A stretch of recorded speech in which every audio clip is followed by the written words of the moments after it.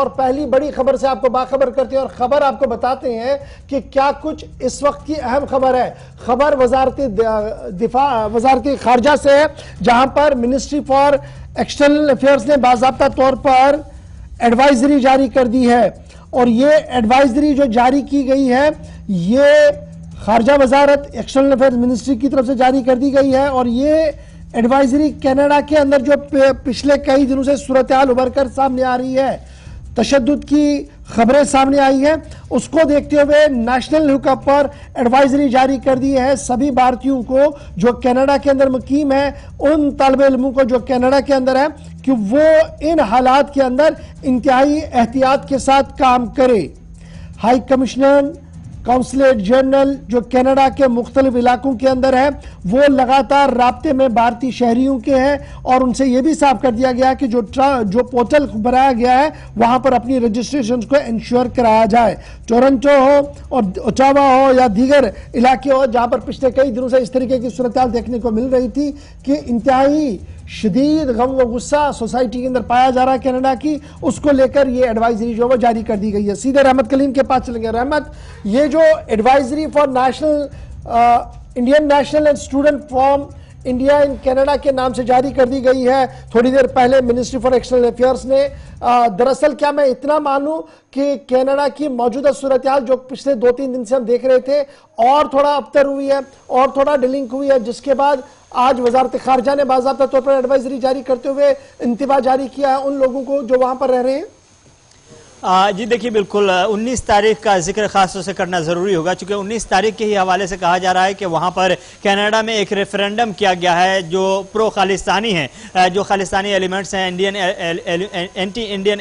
जो एक्टिविटीज़ को मुसलसल हमने देखा है कि वो फ़रोग देते रहे हैं और इस तरह से कनाडा में जिस तरह से प्रो खालिस्तान कोशिश करते रहे हैं उसी को देखते हुए बाज़ाब्ता तौर पर खबर मिली भारत सरकार को कि 19 तारीख को एक बड़े पैमाने पर, जिसमें हज़ारों ऐसे सिख थे जो हिंदुस्तान से ताल्लुक़ रखते हैं और जो खालिस्तान को सपोर्ट करते हैं और खालिस्तान के मामले पर वो रेफरेंडम कर रहे थे, और इसमें अंदर की खबर ये मिली सरकार को कि इसमें सिर्फ ये जो लोग जो प्रो खालिस्तानी है वो शामिल नहीं थे, बल्कि सरकार के लोग भी इसमें शामिल थे। यानी कि वहां की सरकार, कनाडा की सरकार भी इस प्रो खालिस्तानी एलिमेंट्स को और जो एंटी इंडियन एलिमेंट्स हैं इन तमाम को सपोर्ट करती नजर आ रही है। इस शिकायत मिलने के बाद बाज़ाब्ता तौर पर भारत की वजारत खारजा की जानिब से वहां की सरकार से, वहां की अथॉरिटी से सफारती चैनल के जरिए कोशिश की गई, राब्ता किया गया और कहा गया कि अगर इस तरह की कोशिशें हैं तो ये इस तरह की कोशिशें नाकाबिल बर्दाश्त है। हालांकि वहां की सरकार ने इस बात को खारिज किया है कि इस तरह की कोशिशों को सरकार की जानिब से कोई सरकार सपोर्ट नहीं है, लेकिन हम हिंदुस्तान की सवर्निटी हो, खुद मुख्तारी हो, उसको चैलेंज नहीं करने जा रहे हैं। लेकिन वहीं दूसरी जानिब खबर यह है कि बाज़ाब्ता तौर पर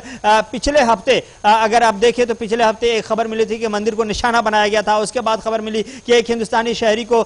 जो सिख से भिड़ गए थे वहां पर, जो खालिस्तानी थे, खालिस्तान सपोर्टर थे, तो उनसे जो लड़ाई हुई थी, इन तमाम सूरत हाल को देखते हुए बताया जा रहा है कि ये लेटेस्ट जो अभी रेफरेंडम हुआ है, उस रेफरेंडम के बाद हिंदुस्तानी शहरी जो कनाडा में मौजूद हैं, जो तालिब इल्म मौजूद हैं, उनके ऊपर खतरा बढ़ सकता है, उनके साथ कुछ भी हो सकता है, कहीं पे भी उन्हें निशाना बनाया जा सकता है। इसलिए ये एडवाइजरी जारी की गई है कि वो जो भी हिंदुस्तानी शहरी कनाडा में मौजूद हैं, ये तालिब इल्म हो या कारोबारी हो या वहाँ मुकीम है, उनको चाहिए कि पहली फुर्सत में वो अपना रजिस्ट्रेशन कराए। हिंदुस्तान की जो सफारती काउंसिल है, सफारती चैनल है, वहाँ पर उसकी वेबसाइट पर बाज़ाब्ता तौर पर 2-3 तरह की वेबसाइट है, एक ऑफिशियल वेबसाइट है, एक दूसरा मदद के नाम से वेबसाइट है। इन तमाम जो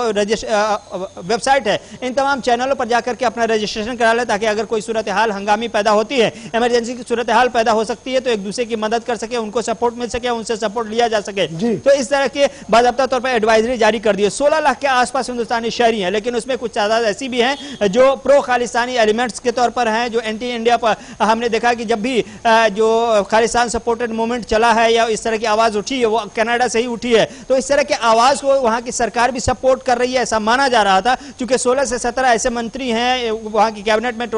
जो जस्टिन ट्रूडो है उनकी कैबिनेट में, हम उनको देखते हैं कि वो सब के सब इंडियन ओरिजिन है, और उसमें से कुछ ऐसे हैं जो प्रो खालिस्तानी भी हैं। लगातार इस एडवाइजरी को मैं देख रहा हूं, उसमें एक बात बड़ी शिद्दत के साथ लिखी गई है कि आप वहां पर अगर है भी तो आप रेस्ट्रेन करेंगी, आप तशद्दुद का निशाना ना बने, आप तशद्दुद का हिस्सा ना बने, और स्टेट गवर्नमेंट को जिस तरीके से रेस्पॉन्ड करना था शायद वो उतना अभी नहीं कर पाई है। जी देखिए, बिल्कुल भारतीय वजारत खारजा की जानिब से बाज़ाब्ता तौर पर एडवाइजरी जारी करके कह दिया गया कि इस रेफरेंडम के बाद कुछ भी कहीं पर भी इस तरह की हंगामी कैफियत होगी तो आप एक तो उस तरह के इलाकों से, उस तरह की जगहों से दूर रहेंगे, दूसरा एक खुद को मोहतात रखें, चौकन्ना रहें, आपके साथ कहीं भी किसी भी तरह से कोई ऐसा वाक़या न पेश आए जहां पर हिंदुस्तान के हवाले से बात हो रही है या सिख